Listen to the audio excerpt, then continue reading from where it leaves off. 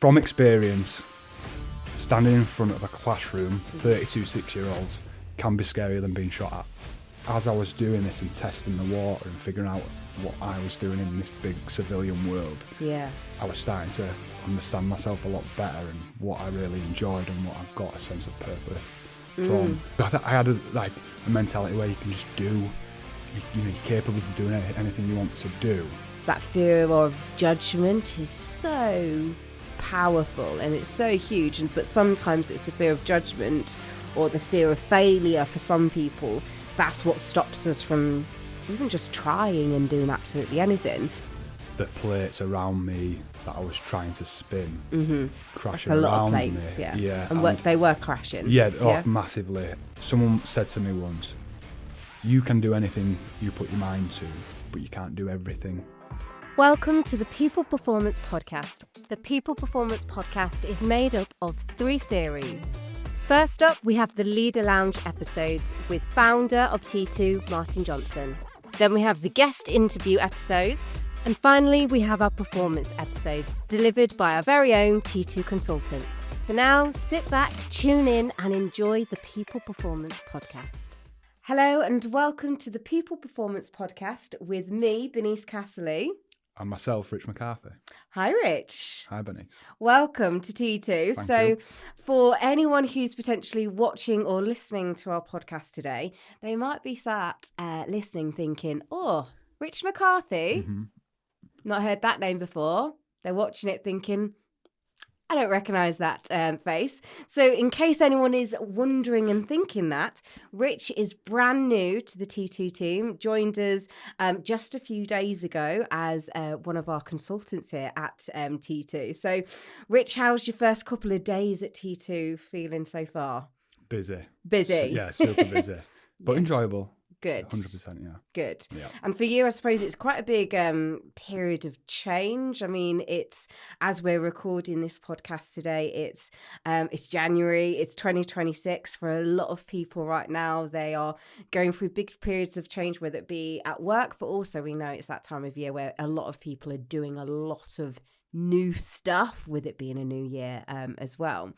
And today, this podcast is an opportunity for our listeners to have the opportunity to just start to get to know who you are and to understand your history, your background and what you bring to T2. And later on, we'll have an opportunity just to explore and find out from your perspective how that kind of first few days has been so far. So if I jump straight in with one question, Rich, and let's just, tell us about you. Where did it all start? And ultimately, kind of what's been that journey that's eventually led you to where we are today, which is being a consultant at T2? Yeah, of course. I mean, big part of my life was military and education. I was a teacher at one point in my life. I think... to go right back to the beginning, during my education as a young teenage boy, I struggled through it, and I think that's because of my mindset and maybe the belief of other people in me and the influence that had on me.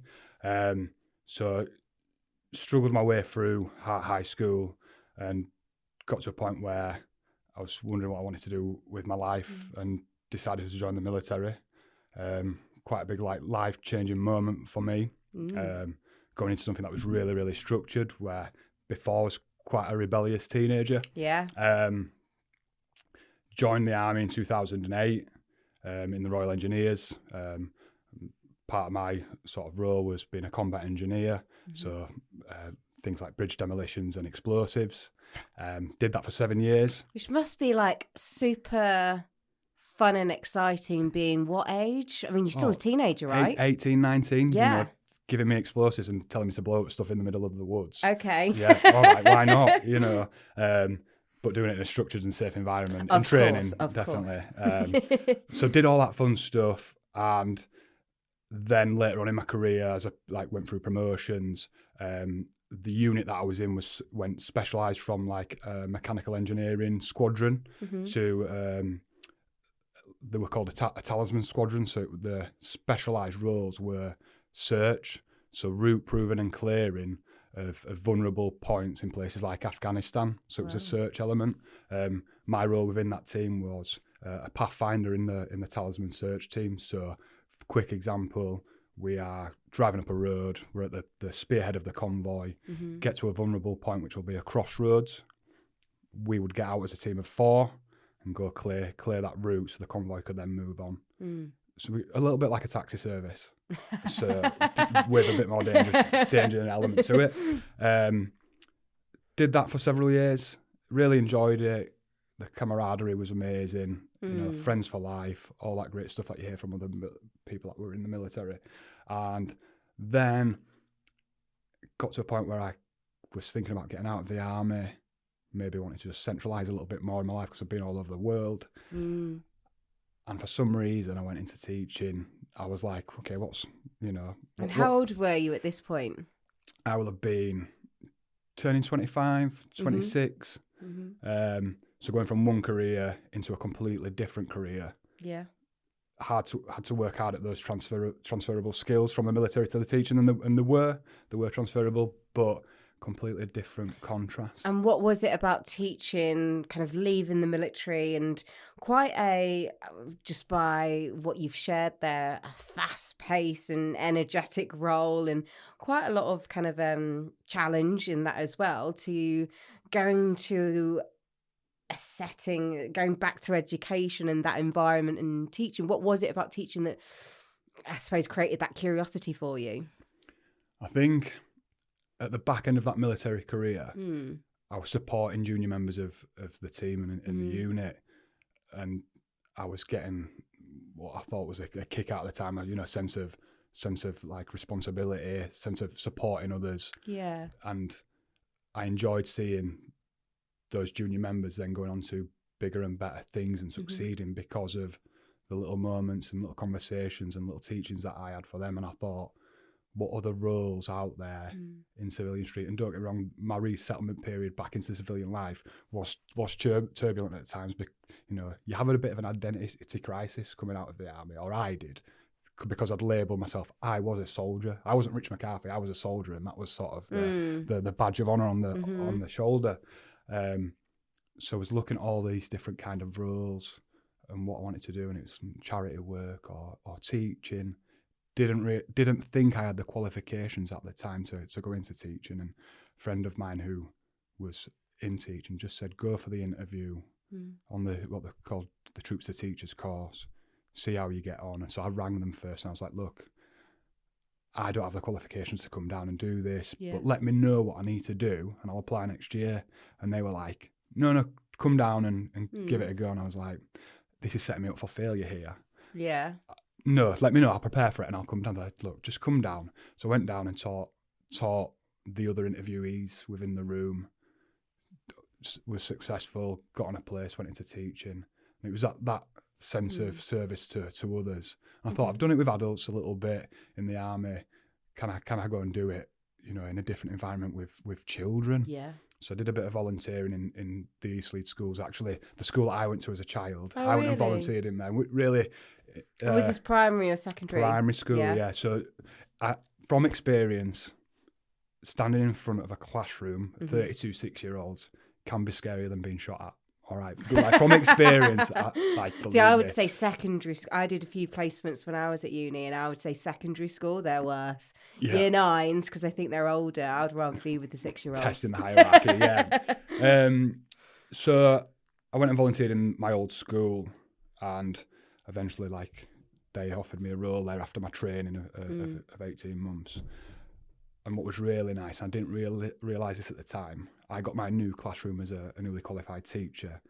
I'm sat there and I'm thinking, this feels, nostalgic. And then when I went back home to my parents and looked through old photo albums, my last classroom as a child in that school building was the first classroom I took over as a teacher. So it was kind of a bit of a full circle moment. But did that for 5 years as a teacher. Did other qualifications around that, so my master's in mental health and well-being, and led on the mental health in the school in East Leeds, and it's sort of, as I was doing this and testing the water and figuring out what I was doing in this big civilian world, I was starting to understand myself a lot better and what I really enjoyed and what I got a sense of purpose from. And it was helping other people and seeing them have that light bulb moment, going and succeeding, learning principles and skills that I'd helped them develop to go on and do things in their life. So when I see children, when I'm walking around my old area where I used to live and work, and I see children still, like, Mr. McCarthy, I'm like, he's still cross-country running there? Yeah. So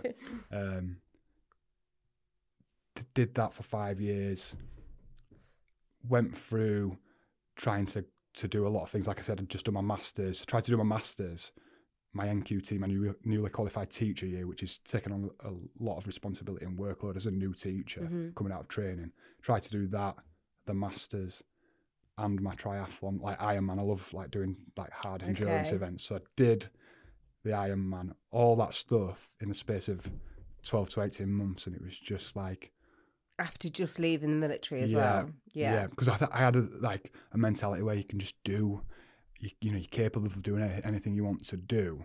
And do you think you've always had that mentality, or was that just leaving the military, okay, completely new world now, let's just do everything?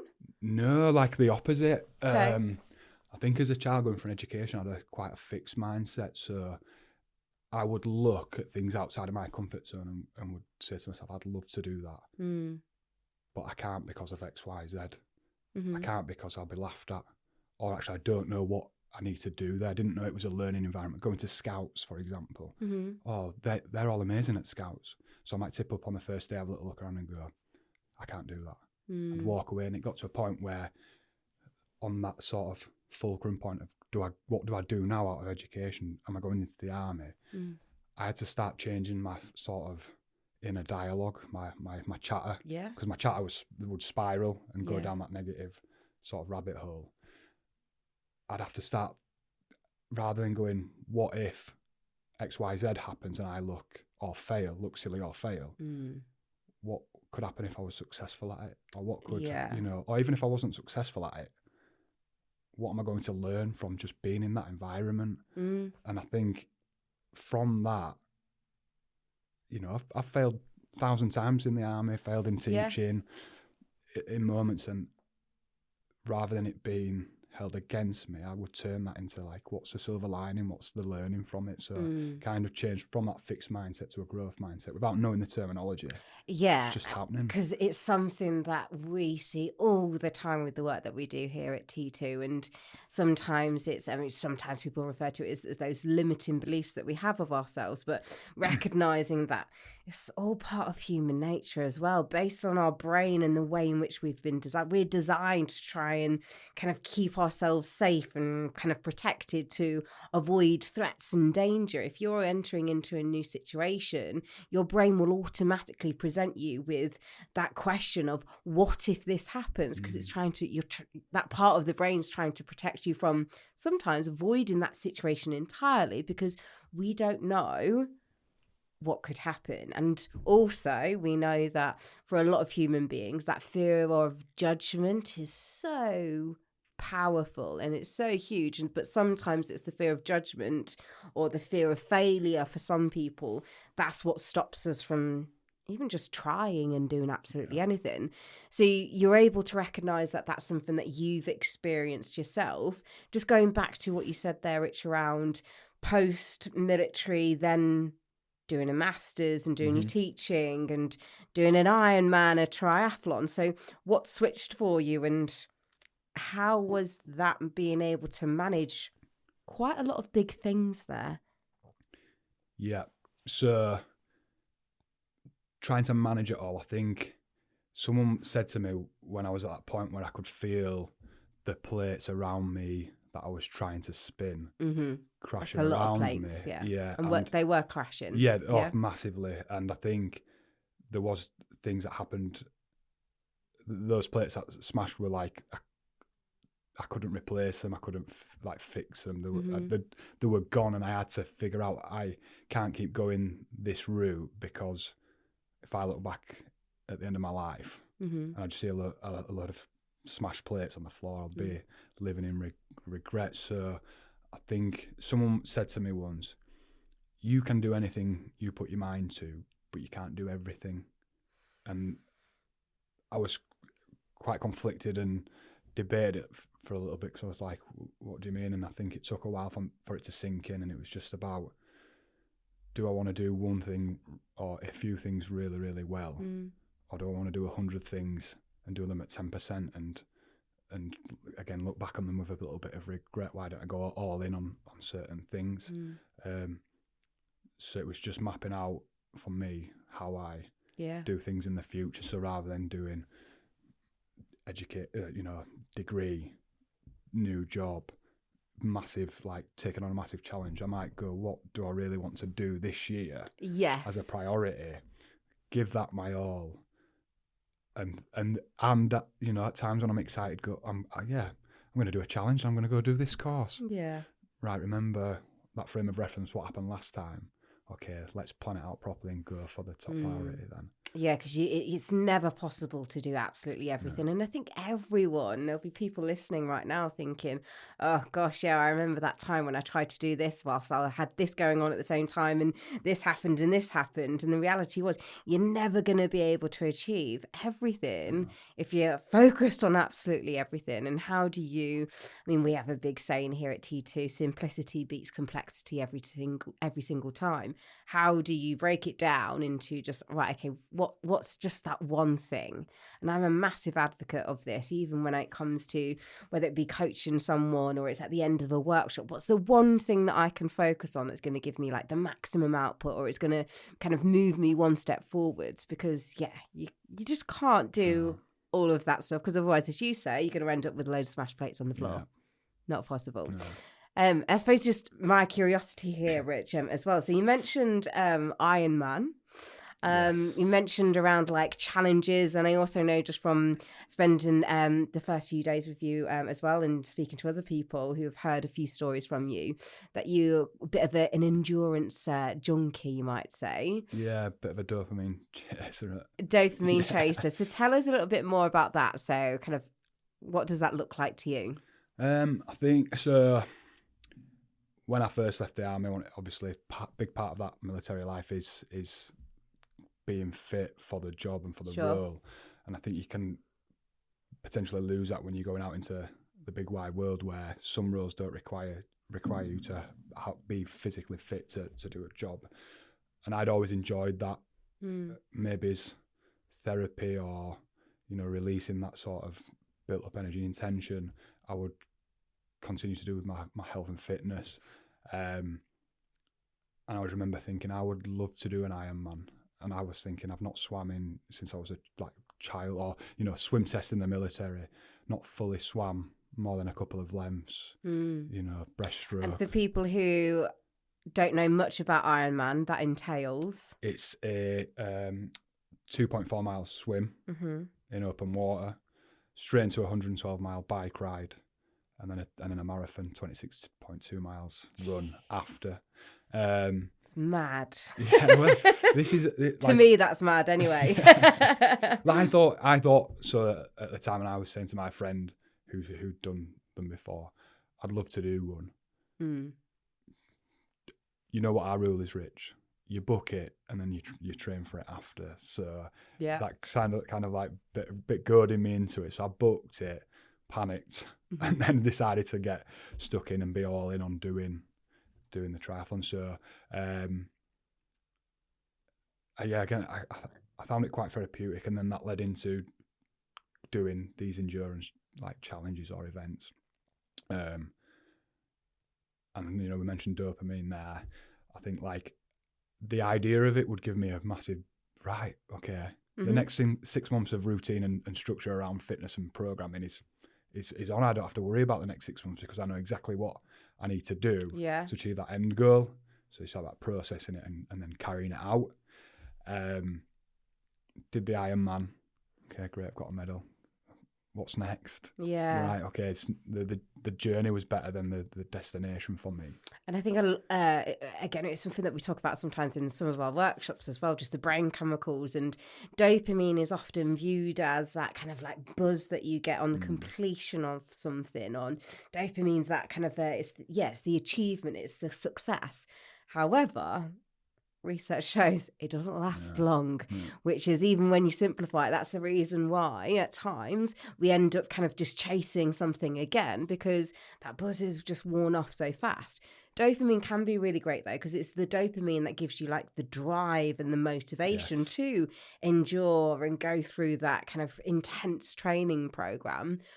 But it's then a case of, sometimes for some of us, we expect this big, like, I suppose, release of dopamine when you get that kind of trophy or that medal at the end of it. But for some people, it's almost like a disappointment because you don't get it. Yeah. So what happened to you then, and how did you kind of move with that? Well, I think, like, for one, after the Ironman, you know, I was feeling that week after. I was like, I'm down. Yeah. Like, what do I do? And, you know, whoever's coined this term, it's like Ironman blues. What do you do? Whether it's a marketing piece or it's just rumoured around the triathlon community, or you book another one. I was a bit like, but I know that won't give me the same buzz right now, or the same dopamine kick to go and do it again, because I've done that. Like, I know I can achieve it. I want to do something else that I'm like maybe scared of, or maybe that's I'm maybe feeling it's not within my reach. So, for example, I know that I can now do an Ironman with the training and the tools to go and do that. Why would I want to go and do another one at that moment? That's how I was thinking. I need something that really scares me.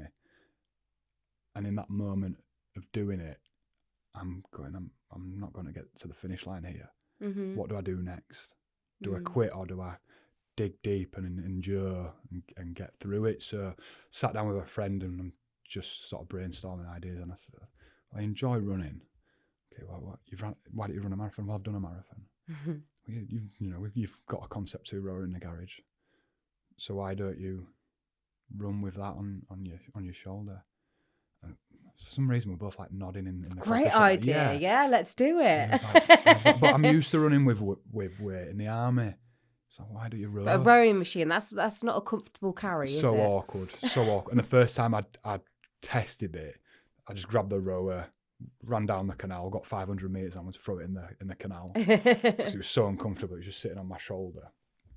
But in that conversation in the coffee shop, my friend was saying, well, why don't you stop every mile and row a mile then? Or it was a K to begin with, and we were like, no, let's do, it's a mile each, do a mile each. So I was like, okay. So I did a couple of training runs and then put a big, like, you know, advertisement out there. I wanted to do it for charity. I wanted to have meaning. I'm not a lunatic just going out and running with a rowing machine down the canal for whatever reason. You must have got some odd looks from people. Yeah, well, we turned up on the track on the day of the event. Yeah.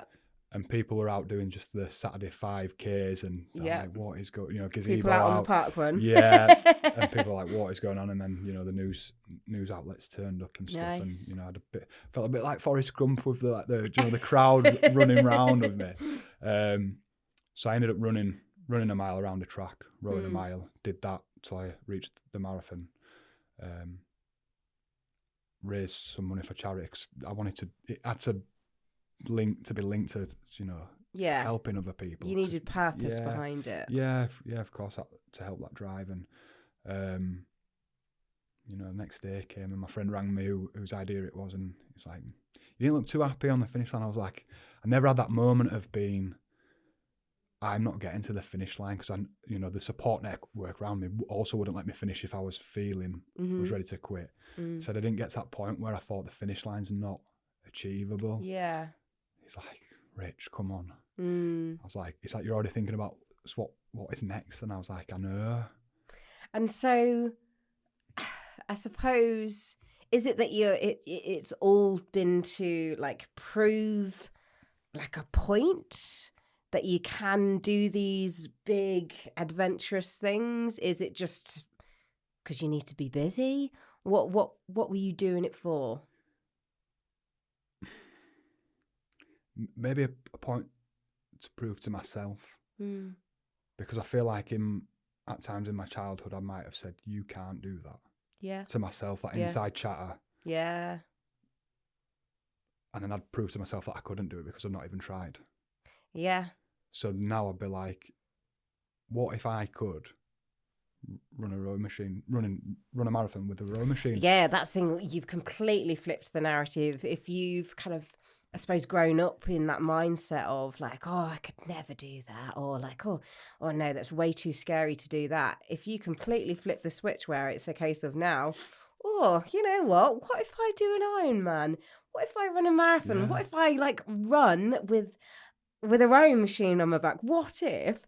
And you've got the belief then that you can do that and you want to push and stretch yourself. It really is like you've completely flipped it on its head. For me. But then I suppose, how do you kind of like, because that's like exciting and it gives you that momentum and drive and passion and purpose. But when does it get unhealthy, and how do you manage that if you're forever on that continuous drive of pushing yourself to do courageous and crazy things? I think it's a good point and a bad point. It's a never-ending journey. You're never going to be satisfied. Yeah. So I think I have to think about. I have to put in reflection points and go, what have you achieved? Yes. Okay, that's good enough. Like, you've proved to yourself that you can do these things. Yeah. Hold your head up high. You don't need to keep proving to yourself that. Yes.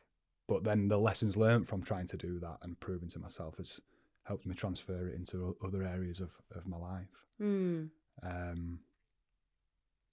it can become unhealthy if you're concentrating or fixating on it too much. If I'm going linear and going, I need to do this before I do everything else in my day that's planned, that can work against me at times. And so I think for me, and I still have to do this in everyday life, remind myself that I'm good enough just the way I am. Yes. So, really interesting, like, history, background. I mean, making the connections right back to childhood, education, and moving into the military and coming out teaching and doing all of this amazing stuff kind of outside of your career. I suppose thinking about where you are today, what motivates you now? So in the past, it was that motivation to prove that you can achieve X, Y, and Z. What motivates you today? I think putting other people first now, that motivates me. Like, coming in, seeing other people, seeing the team, working with other people, learning from each other, like just being around people rather than doing maybe solo endurance events. And I think that's what's really attracted me to T2. You know, that if you open up that website, the first couple of lines is like, we're there to help others. Yeah. You know, we are a human-centered approach. And it's like music to my ears because that's what I've been doing in the army and education, you know, with friendship groups, giving people that time and support, and getting that good feeling from me, knowing that other people are happy because I've showed up for them. Yeah. So, and I think that's with the reach that you can get in this job as well, because we work with so many different people in so many different background sectors, industries as well. And everything that we do is ultimately to help people embrace optimal performance and just try and live the best possible lives that they can. So T2, I think, definitely fits. And I remember as well, part of that kind of as part of your recruitment process, we had a conversation as well just around even just the change in your old job to today. I mean, we are very much with people every day, whether it be the team, whether it be out on the road as well. So you can see that connection. If you're someone who's simply motivated to help others, then I would say you're definitely in the right place as well. So exciting times ahead. Speaking of which, today is day 4. yeah. I mean, hats off to you, because you've had a really busy few days as well. And for a bit of context for anyone watching or listening, we, as given what we do and who we are at T2, practice what we preach, right? We've spent 3 days as a team of consultants together. We've had the opportunity to explore print, our unconscious motivators. We've had the opportunity to really start to evaluate and review some of the content and our ways of working. We've had the opportunity to explore our attributes as well, and that kind of core makeup that shapes how we think, feel, act and behave. And you've been involved in all of that over the last 3 days, whilst very much being 2026, brand new year, brand new job. And here I am sat talking about print and attributes. How's the first few days been for you? And what would be like your biggest takeaway just out of those couple of days so far? I think I've enjoyed it 100%. I've enjoyed it. It's been a lot to take in. Yeah. So just cherry picking what's important or what jumps out to me has been really important to me, rather than going, I need to process absolutely every bit of information right now. Yes. It's good to take it in and be around that environment. Doing the print and attributes has been really educational for me and really eye-opening, in a sense of like hearing what other people's print and attribute motivators are. Yeah. Because it helps me then with my like supporting others. I can like figure out relationships within the team, put my best foot forward within the team. But it's been really enjoyable. It's felt really as a team, and I already feel part of that team coming into it and forming. For me, I think it's just been really fluid on a level where you don't maybe not necessarily have that full new starter mentality or mindset. I've been able to contribute as well, and I've been brought into those conversations to make me feel like valued and appreciated, which I'm a 9-2, you know. Yes. Want to have that peace and harmony, want to sort of seek that be appreciated and valued and needed.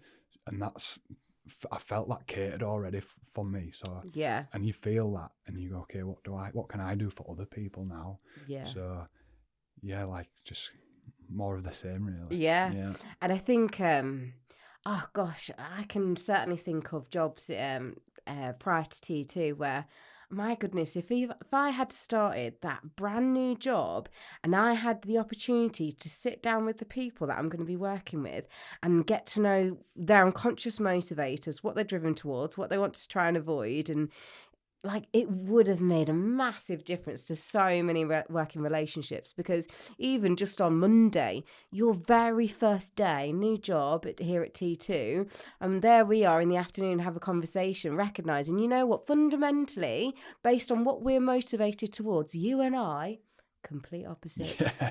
And you know what, everything that you've just said that you hate that's listed on your trigger report, that is me.